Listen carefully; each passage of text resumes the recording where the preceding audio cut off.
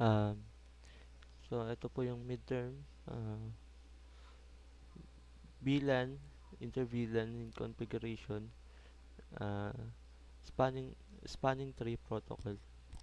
So, yung VLAN natin is nag-create po tayo ng VLAN 10, 20, 30. Uh, yung VLAN 10 natin is all pass internet 1.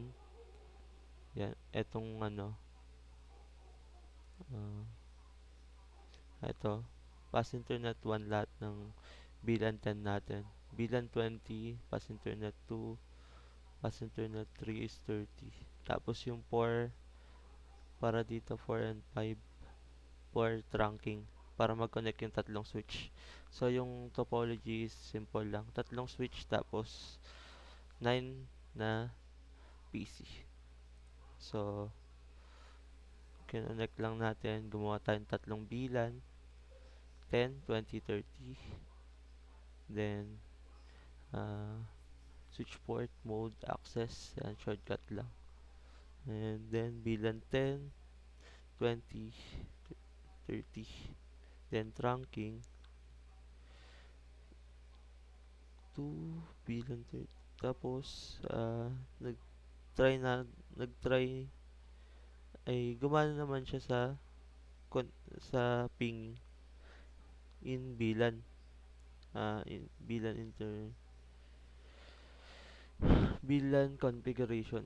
So yung 0 whipping natin sa 3 successful. uh, 1 sa 4 successful, pero yung 1 sa 0 in progress fail. Then sa spanning, uh, yung spanning, pag ginawa mo siya,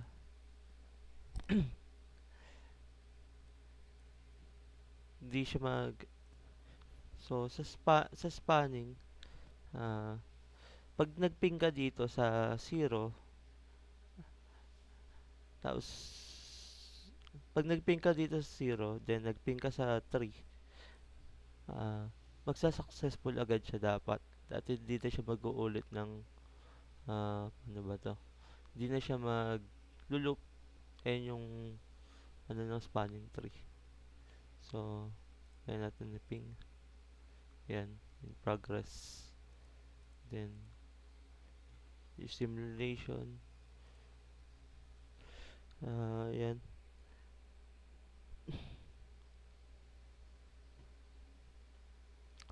Nag-successful agad siya. Pero naman, pagka naman ginawa mo yan sa ibang PC na hindi compatible yung bilan, yan,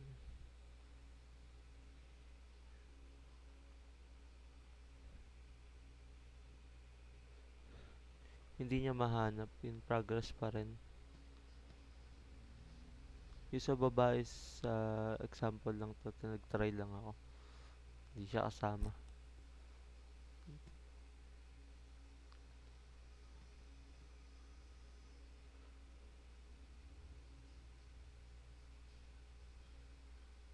Yan.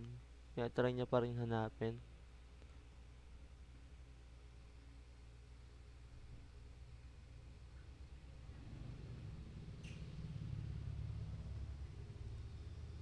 Hanggang sa real time ay hindi na siya gumagana.